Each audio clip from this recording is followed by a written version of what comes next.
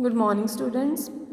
As you know, we were discussing direct and indirect speech, and it's my video number 7. Today, we will discuss how to change exclamatory sentences into their indirect form. These sentences express joy, sorrow, surprise, anger, contempt, applause, regret, etc. Exclamatory sentences कौन से हैं? ये वाले सारे expressions joy, sorrow, surprise, applause, regret etcetera express करेंगे. These expressions are made by using interjections like interjection. ये सारे word interjection में आते हैं, लास, ओ, आह, रा, bravo.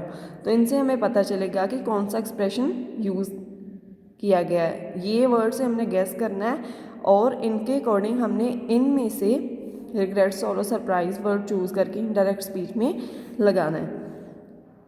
Exclamatory adjective what and exclamatory adverb how are also used for some expressions. What,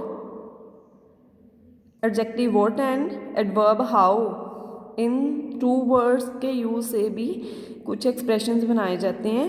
but हमने इन let's read this first. What are painting. तो ये जैसे सरप्राइज होके किसी ने बोला है. क्लियर? चाहे इनमें ये वाले वर्ड्स यूज़ नहीं किए, ओ, आ, अलास, बट ये एक्सप्रेशन सेम ही दे रहे हैं एक्सक्लामेटरी वाले. ठीक है. तो व्हाट आर पेंटिंग, सरप्राइज और वंडर भी आप बोल सकते हो इसे. How beautiful. तो हाउ वर्ड यहाँ यूज़ किया गया है, तो इसका एक्सप्रेशन हमने सरप्राइज हो सकता है, वंडर हो सकता है इसका भी. क्लियर? तो हमने वो वर्ड ये वाले वर्ड में से चूज़ करना है. गैस करना है जो रिपोर्टेड स्पीच में ये पार्ट दिया गया होगा कि कौन सा एक्सप्रेशन है. फिर वो एक्सप्रेशन चूज़ करके हमने इनडायरेक्ट स्पीच में लगाना है. How to use that expression in indirect speech, let us discuss. Reporting verb say, said etcetera are change into exclaimed with joy. Say, said जो रिपोर्टिंग वर्ब दी गई होगी उसको हमने चेंज कर देना है. उसके जब इनडायरेक्ट में चेंज करेंगे तो हमने चिल्ड्रन ये टू वर्ड्स यूज़ करने, एक्सक्लेम्ड विद. क्लियर? उसके बाद जो एक्सप्रेशन लगाना है वो हमने रिपोर्टेड स्पीच रीड करके पहले हमने देखना है कि वो कौन सा एक्सप्रेशन है. वो वाला वर्ड जॉय हो गया, जैसे exclaimed with sorrow, exclaimed with anger, exclaimed with surprise. तो इसके लिए आपको एक्सप्रेशन जो वहाँ दिया गया होगा इंटरजेक्शन लगा के जो भी रिपोर्टेड स्पीच में, तो आपको पता होना चाहिए कि वो कौन सा एक्सप्रेशन है, तभी आप ये वर्ड एक्सक्लेम्ड विद के बाद लगा पाओगे. Clear? Let's read this example. She said he is dead. तो हमने इस वर्ड से इंटरजेक्शन से पता we come to know that कि सॉरो है. शी एक्सक्लेम्ड विद सॉरो, हमने इसके अकॉर्डिंग सॉरो लगा दिया. फिर हमने बेटा जी दैट कंजंक्शन का यूज़ करना है एक्सक्लामेटरी सेंटेंसेस में जब हमने इनडायरेक्ट फॉर्म में चेंज करने हैं. क्लियर? हमने कंजंक्शन दैट का यूज़ करना है. दैट ही वॉज डेड, ये पार्ट जो रिपोर्टिंग वर्ब थी that was in past tense, that's why we have change the tense of reported speech. तो आपको पता कि इज एम आर ने वॉज वर्ब में चेंज होना था, तो यहाँ आ गया was. Next rule is exclamatory sentences change into assertive sentence. ठीक है. जैसे इंटरोगेटिव का था तो जब उसको हमने चेंज किया इनडायरेक्ट फॉर्म में, वो भी असर्टिव सिंपल स्टेटमेंट बन जाता है ना. In the same way, she exclaimed with sorrow that he was dead. तो हमने यहाँ फुल स्टॉप का यूज़ किया. इट मीन्स ये हमारा सिंपल स्टेटमेंट है, असर्टिव सेंटेंस बन गया है, और यहाँ हमने फुल स्टॉप का यूज़ करना है रादर देन एक्सक्लामेशन मार्क का. तो ये हमने रिमूव कर दिया, तो ऑटोमेटिकली ये क्या हो जाएगा, सिंपल स्टेटमेंट और असर्टिव सेंटेंस बन जाएगा. Full stop is use in place of exclamation mark. Here you can notice that full stop is used. She exclaimed with sorrow that he was dead. We haven't used here exclamation mark. Instead of that, we have used here full stop. Full stop indicates that it is an assertive sentence. Let's read one more example. He said, "What a lovely flower." तो what मैंने अभी आपको read किया था जो beginning में example, that what word से हमें पता चलता है कि वंडर और सरप्राइज का।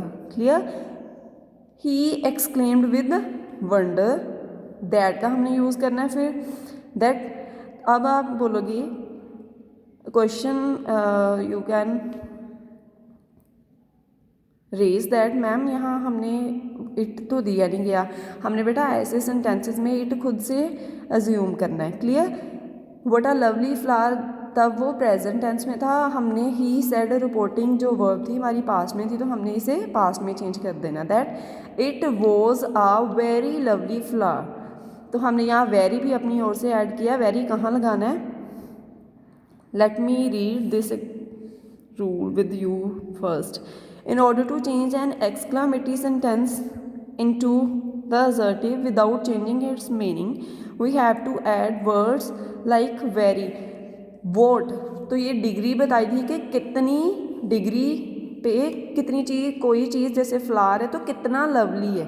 ठीक है, तो ये हमने जब वोट को रिमूव कर दिया तो फिर हमने वर्ड चूज करने थे। We have to add words like very, truly, great to the sentence, ताकि उसका मीनिंग चेंज ना हो। Remove exclamation mark also.